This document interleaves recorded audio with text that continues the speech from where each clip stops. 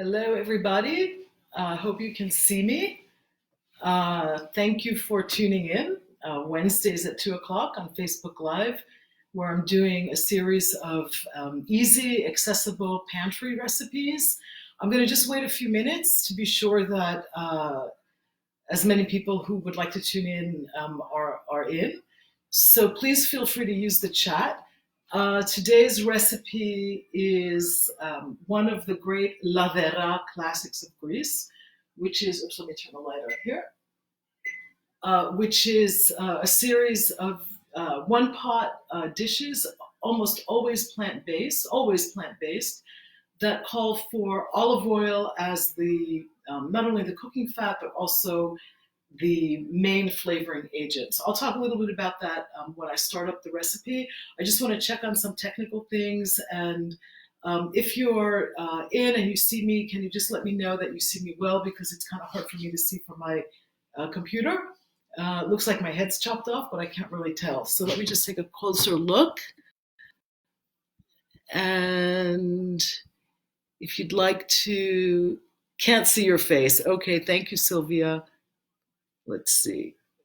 Okay,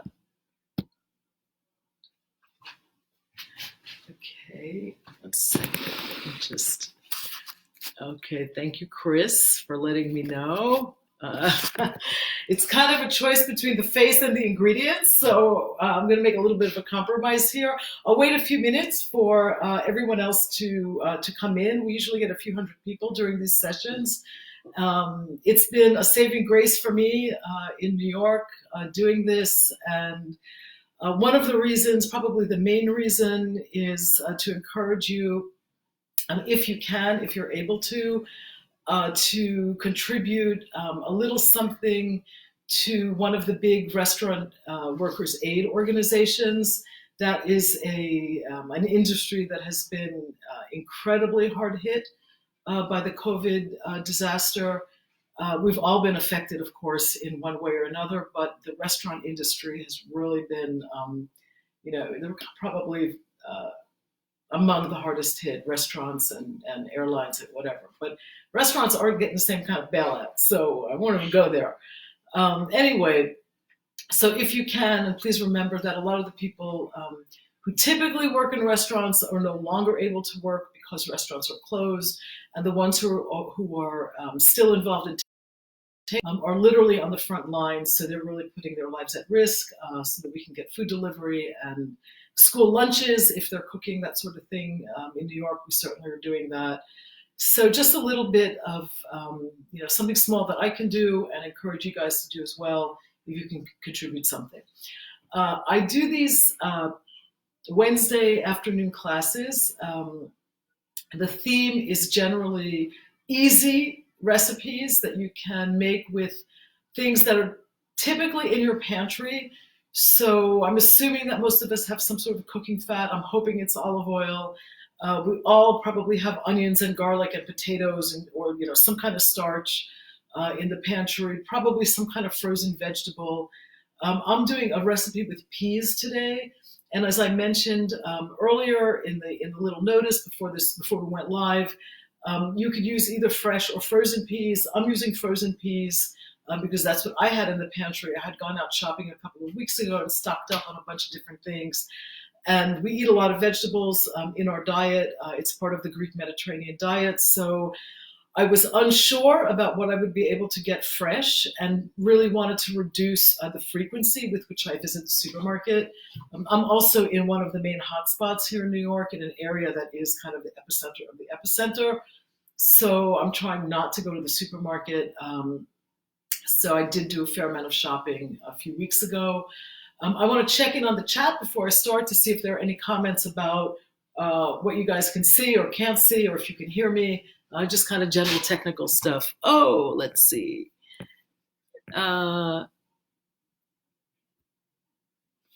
Okay, can you see my face? Wait, can you see me? Because I can see my face, but it's looking like some people can't.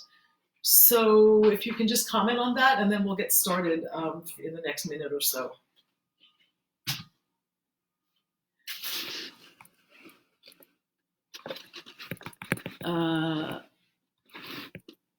Okay, thank you, Vicky. Looking good. Thank you.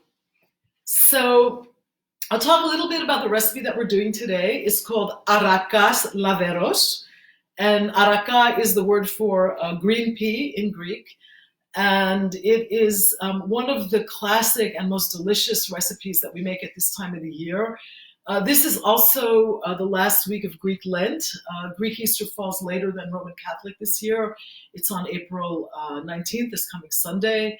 So this is, the week that whether you've been able to abide by the full fast for the last, 36 days or so, a lot of people do in this climate. A lot of people who typically do, and I have to say I'm one of them. It was just very stressful to even have to think about rearranging my diet. So I tried to do it as closely as possible, but I did fall short in some ways. I've been eating some cheese and dairy. But this is one of the classic recipes of springtime in Greece.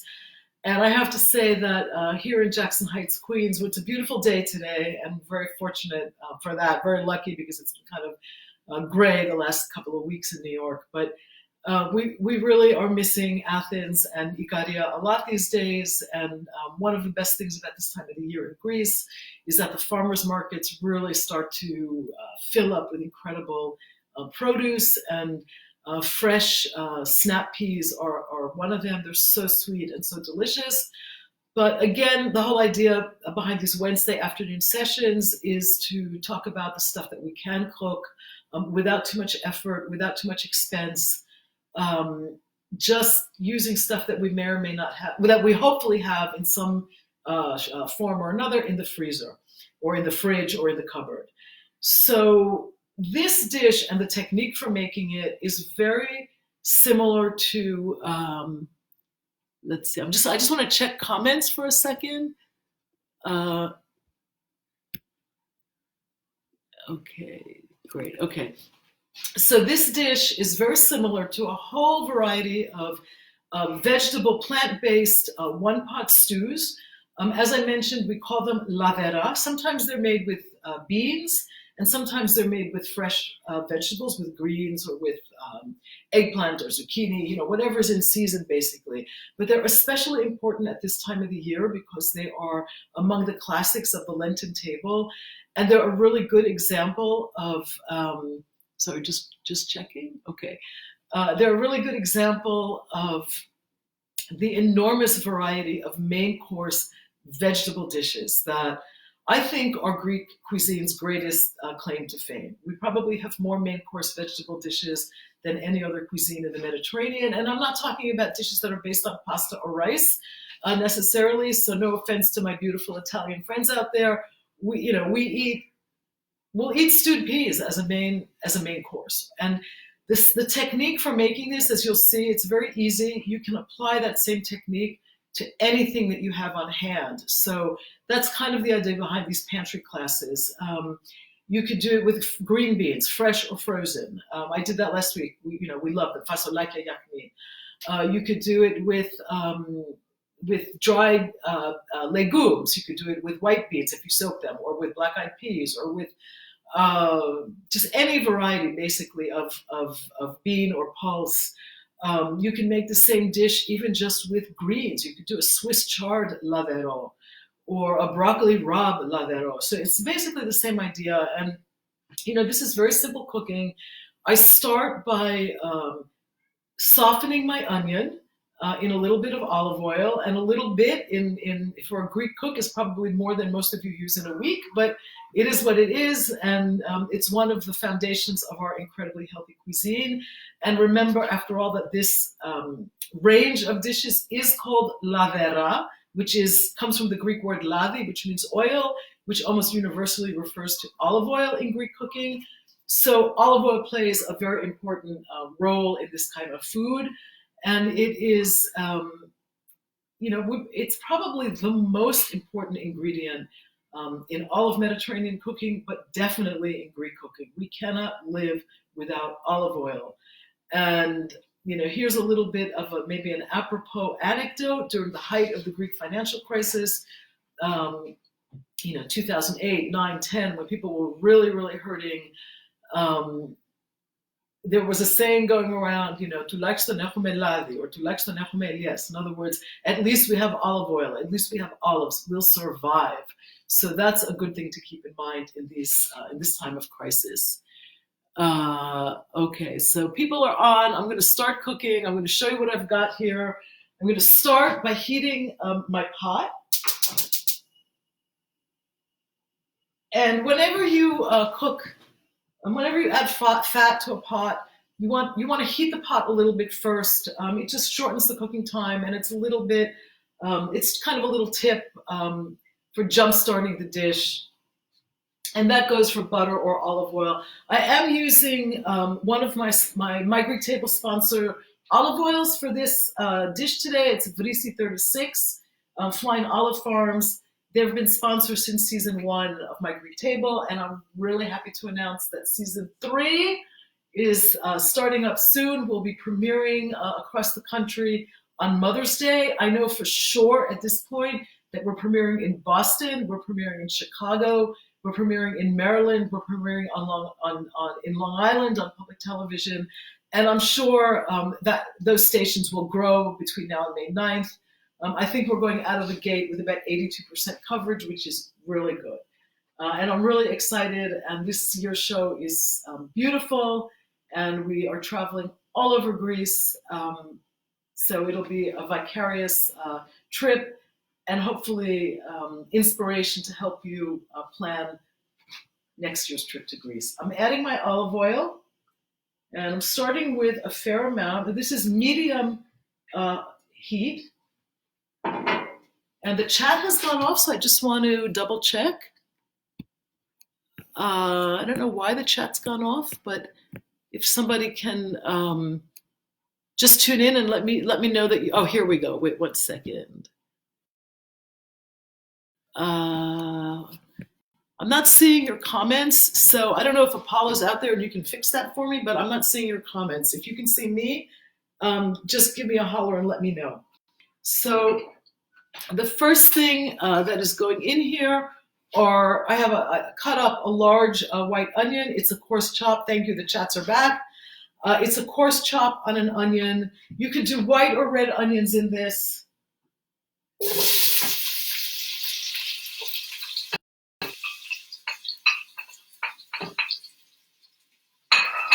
And I just want to get that soft. I'm not going to take more than a minute or two, maybe 3 or 4. Now, there is another technique for doing this. If you wanted to make this an even healthier dish, you could, in fact, quote unquote, saute the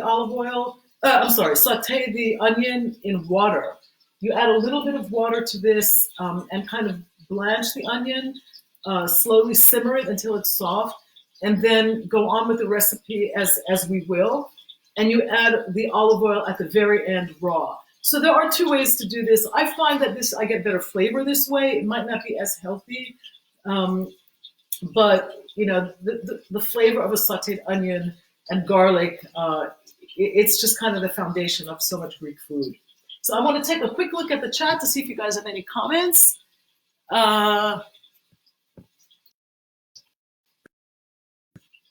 Okay, great. Thank you, guys. So many friends are on. I'm really glad to see that. And I have posted the link to the restaurant aid organization. So if you're able to do that, during or before, afterwards, that would be great. I'm not really looking for color on the onions. A little bit of color. So I'm going to brown them very lightly, but we're certainly not caramelizing them. So we just want to soften them a little bit. Now, something else that sets apart this type of vegetable cooking from the vegetable cooking in, say, the western part of the Mediterranean, and I guess I'm thinking more Italy, where Italians love their vegetables a little bit more al dente. Greeks love their vegetables cooked really soft. So there's a comfort level in that.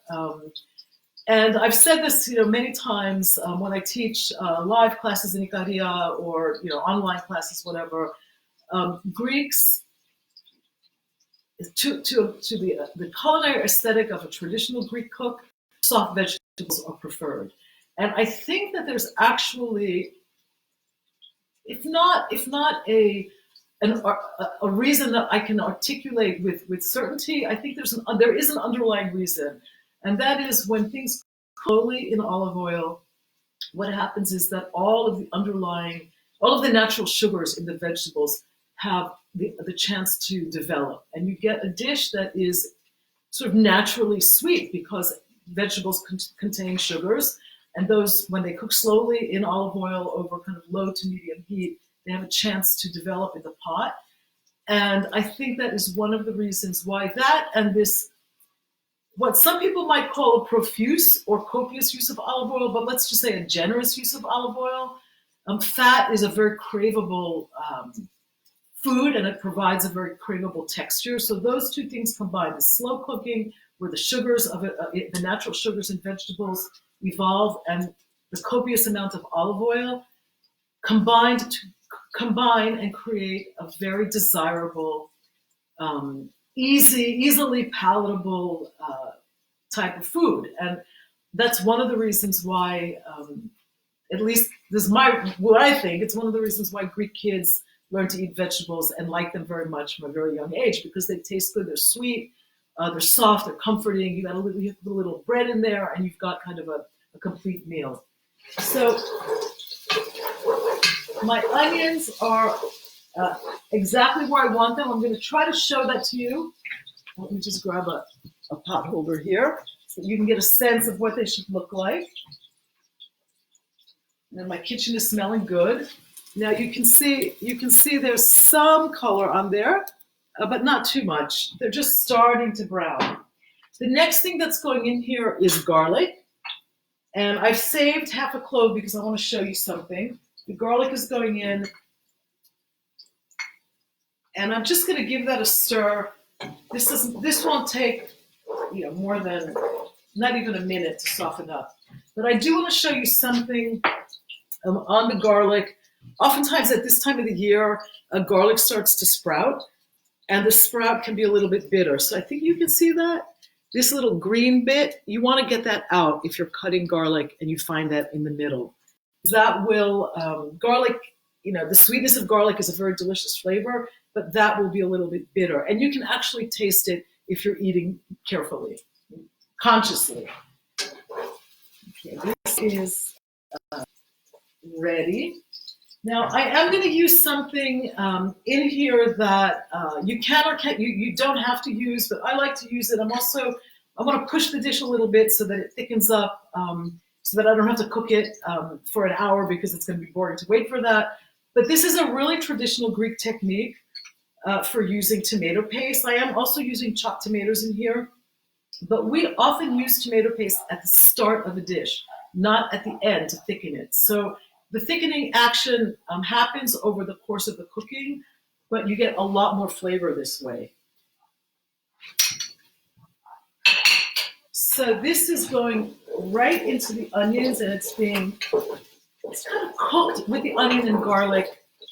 And by doing that and getting it warmed in that beautiful Greek olive oil, that rich, delicious, sweet flavor, that intense flavor of tomato paste, it becomes stronger. Okay, so I just want to swirl this in the pot. I'm going to show you what that looks like in a second, just so that you can get a sense of what this should look like if you choose to do it at home. And remember, you can do this, if you don't have peas, you could do it with green beans, you could do it with frozen green beans, you could do it with basically any vegetable. I would stay away from the bitter vegetables. I wouldn't do this with them, for example, but I would do it with greens. You could do a combination of sweet greens, spinach, chard, sweet dandelion greens. Those are really traditional dishes in Greece. And you could serve those types of dishes, I guess, as a main course, but also as an accompaniment, maybe to a more substantial protein. So I just want to break up the tomato paste a little bit.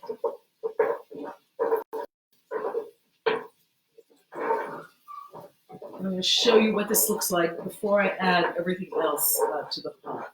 And then I'm going to take a break, take some questions, and tell you about some exciting things that are going on in spite of COVID.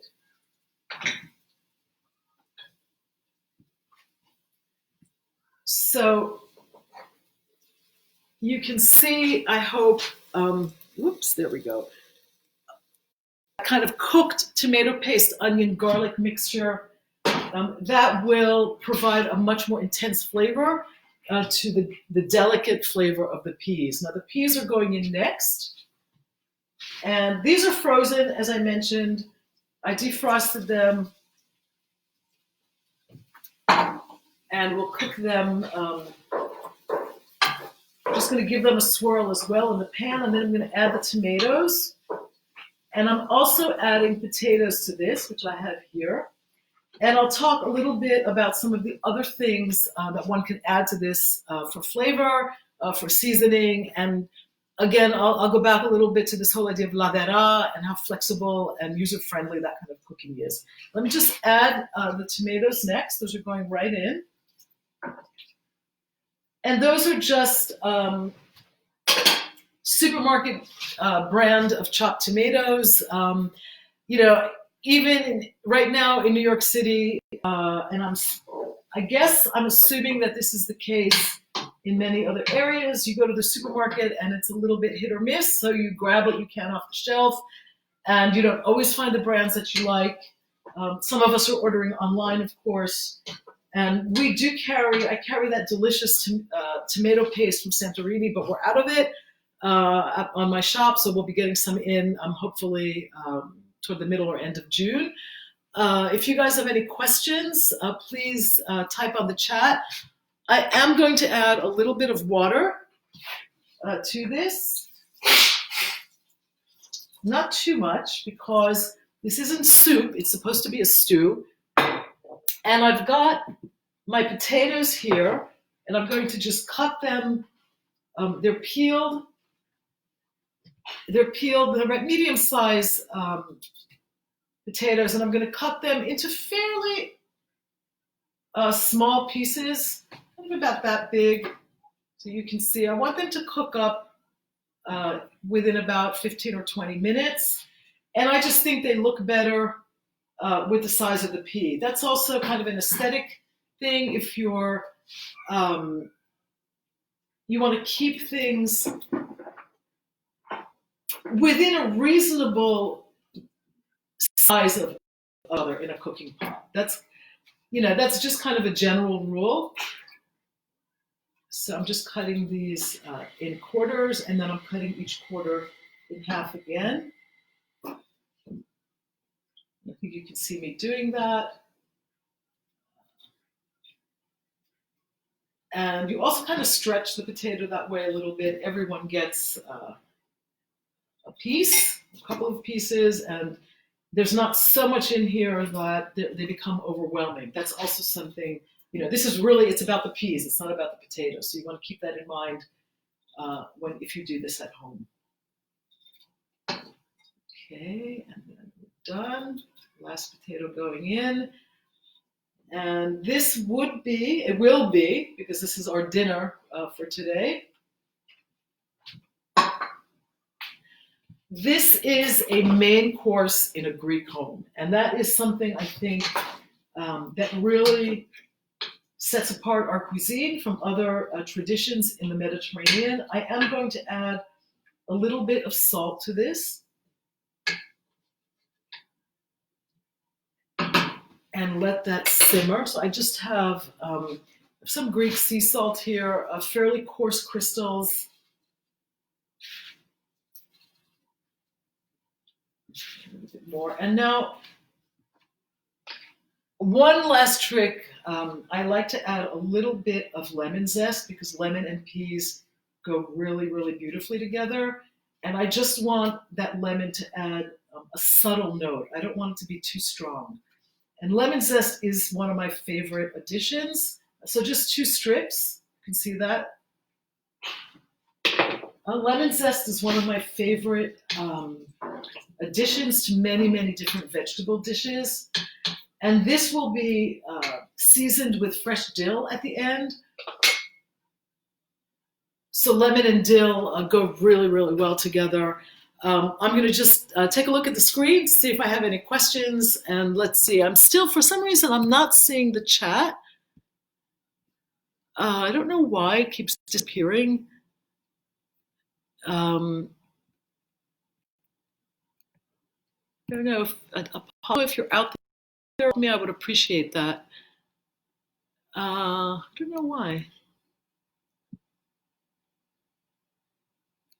Hmm.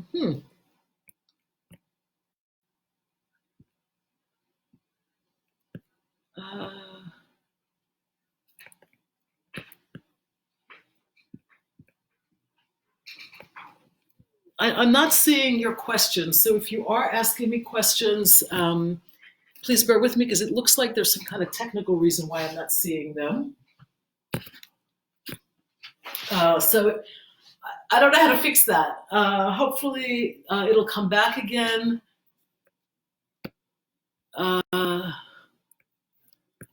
Let's see, 1 second.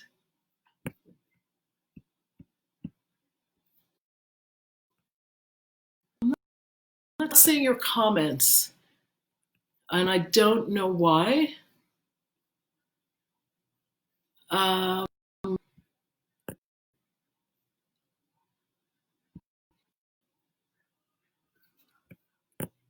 So if Apollo, if you're out there and you can help me with that, I would appreciate it. If not, you can comment on my Facebook page and I'll answer every one of your questions if this doesn't come back. But I'm just going to bring this to a boil and lower it a little bit to simmer it. And I will talk to you a little bit about some of the other types of flavors that can go into dishes like this. So Greek food is, for the most part, an herb-based palette of flavors. We do use spices, of course. We use things like cinnamon and allspice and nutmeg, sometimes cumin. But for the most part, as a kind of a general statement, it's definitely more herbal than it is spice-oriented. And in dishes like this, you want to think about what's in season. So springtime in Greece, I can see that, Shelley. Thank you. But I'm only seeing yours. I'm not seeing the list of questions, which I was able to see earlier for some reason. I don't know why. It came up and then it disappeared again. Let me just see. I don't know if Apollo is on. He's my go-to person for this. So if you can see that, anyway, whatever. Feel free to ask me questions and I will get to them either before this is over or when you send them to me, I'll answer everything. But I was talking about the range of flavors that go into dishes like this. So think a little bit, all of Mediterranean food is about cooking in season.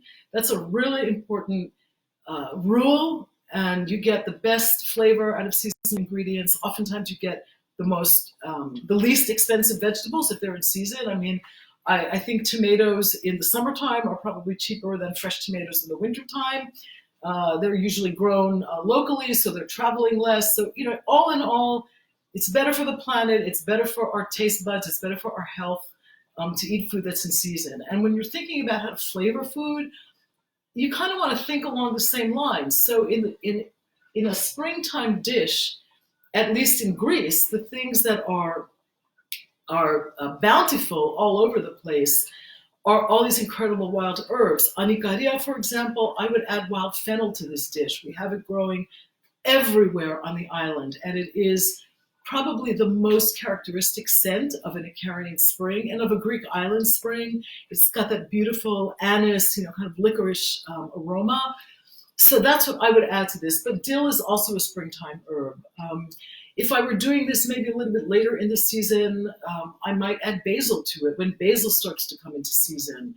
The mints as well. Mint is a really nice herb to add to this dish. You want to add things that are mild, that kind of go well with delicate flavored vegetables like peas or green beans. So those are all things to keep in mind. It's really about kind of common sense, and that's really what cooking is all about. So when I do this sort of dish, I always keep that in mind. I do like very much the combination of fennel and peas. So sometimes I'll sneak a little bit of ouzo in here, or maybe a fennel bulb, just cut the way the onion, or even a piece of star anise, because I just like that combination very much. It's kind of a personal thing. Fennel, that flavor, that licorice flavor, is one of my favorite things. You can also add um, a piece of orange zest to this that would also go nicely with the peas. So kind of anything that makes this, that kind of livens up that earthy but delicate flavor of the peas would be welcome in this. And this is simmering. I'm kind of pushing my way through it.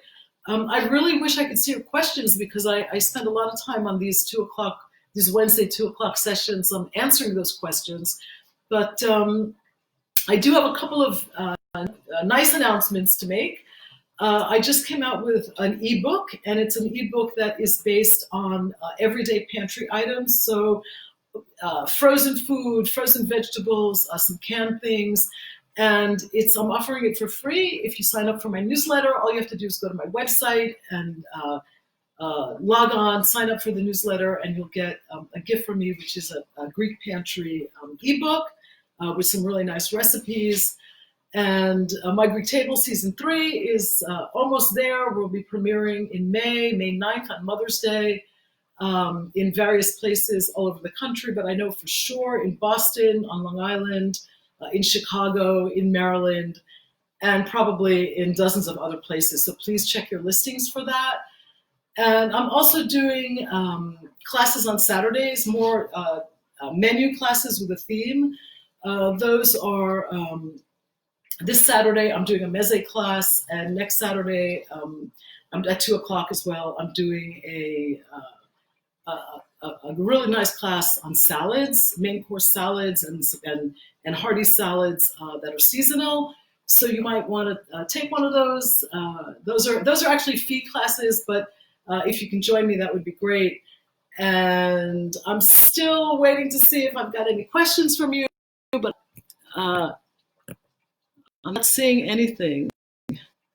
I don't know why. I'm not sure.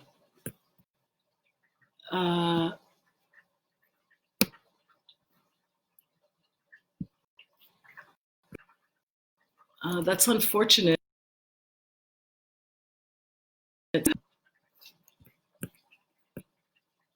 If you have questions, I'm getting individual chats. I just got a question. I just got a note from Shelley saying that she could see me, but I can't seem to find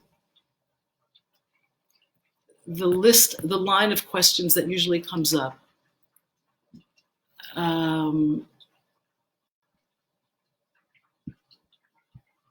So email me afterwards, or post questions to my Facebook page, and I will answer every one of them.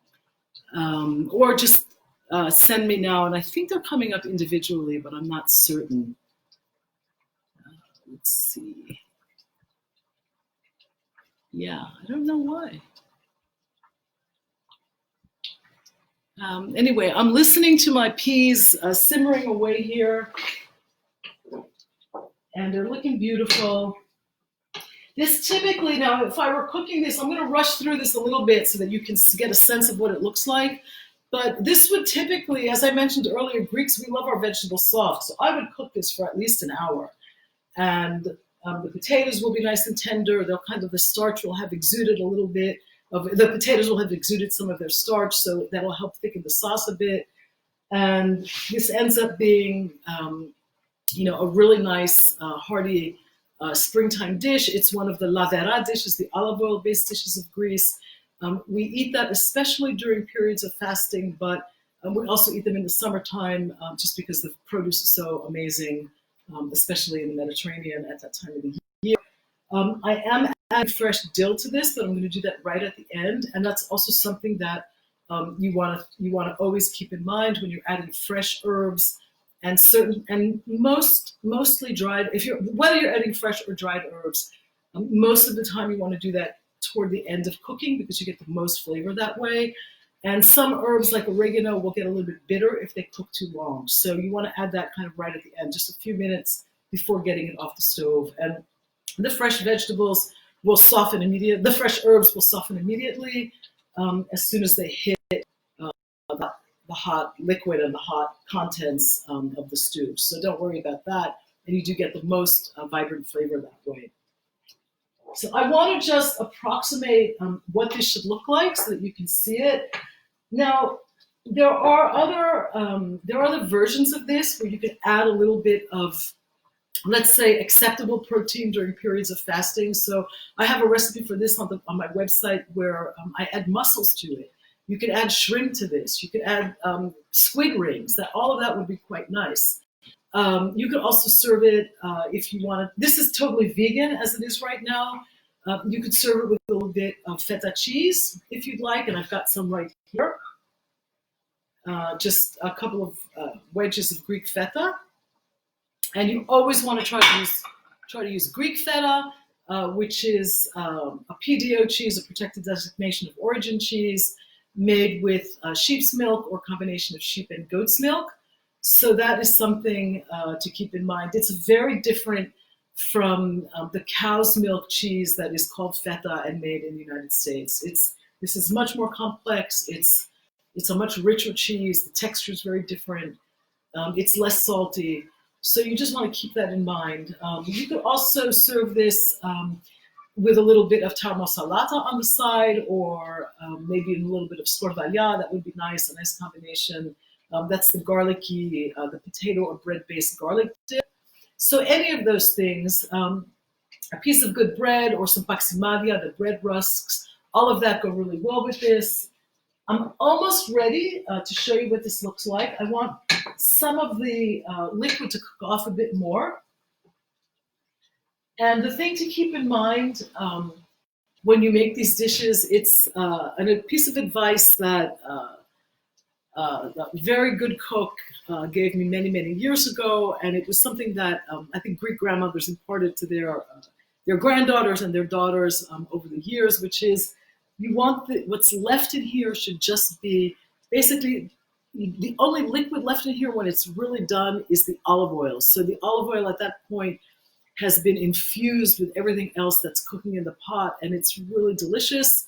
And it's one of the reasons why Greeks are such avid bread eaters, because we have recipes like this that we just want to dip a little bit of bread into. So feel free to think about that when you're cooking this, and don't be afraid to use olive oil generously. It's really the foundation of this dish. I just want to grab a plate so I can get this in here. It's going to take a few more minutes. I'm feeling really upset that I can't see your questions because that is all the fun of this. But unfortunately, I cannot for some reason.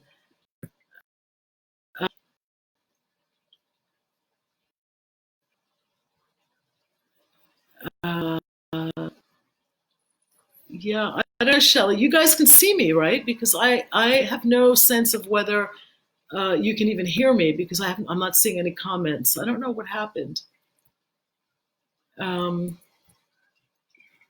Anyway, let me grab a plate so I can get this plated.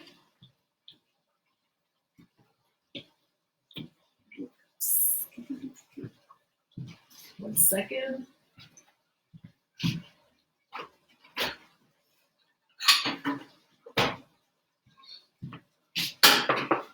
This is almost looks the way it should. The potatoes have to be much, much softer. So this, again, takes, in a traditional situation, I can see your message, Shelley, but I can't see everyone else's messaging.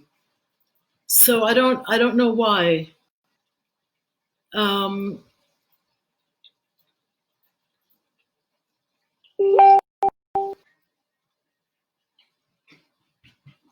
Yeah, I don't know why the chat capability seems to have gone off. I don't know why. Yorgo, is there any way you can help me with that? Figuring out the chat. What? The chat capability died.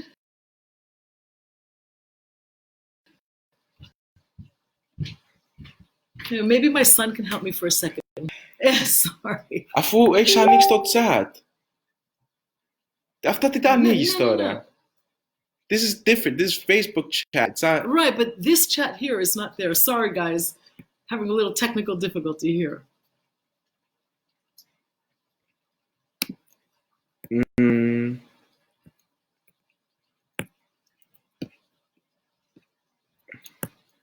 Μάνα, δεν ξέρω τι έχεις κάνει εδώ.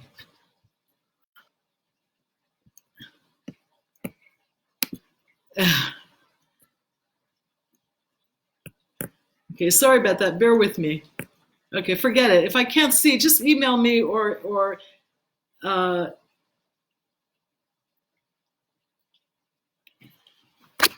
we're trying to figure it out. That's...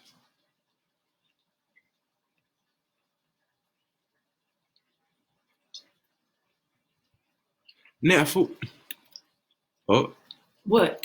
Sorry, I want to show people the dish, so I guess we'll just leave it as it is, and I'm sorry about that. Yeah, I don't know what you did. Yeah, here. I don't know. I must have done something, but it kind of went off. I didn't touch it. It went off. So almost this seems really good.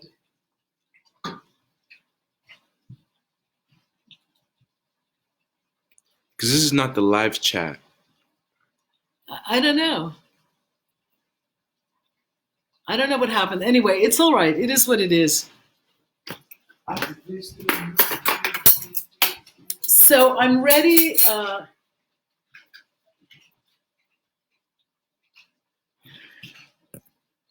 One second. Bear with me for a second.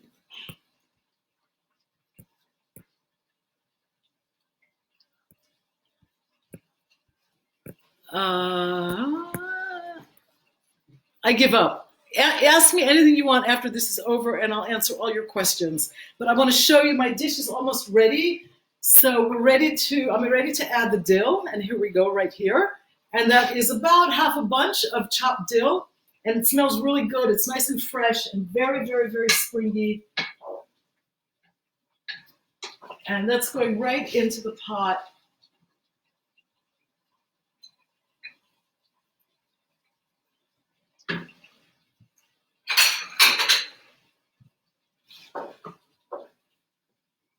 And this is one of my favorite Greek dishes. All of these lavera dishes are just among my absolute favorites. So I want to show you what this should look like.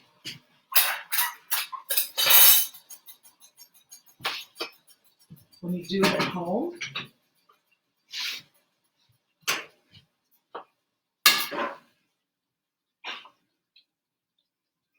To me, this just looks like healthy food, and you feel good when you eat it.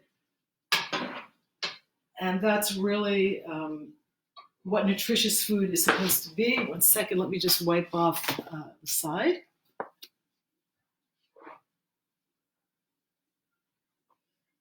And I have a little bit of feta cheese here.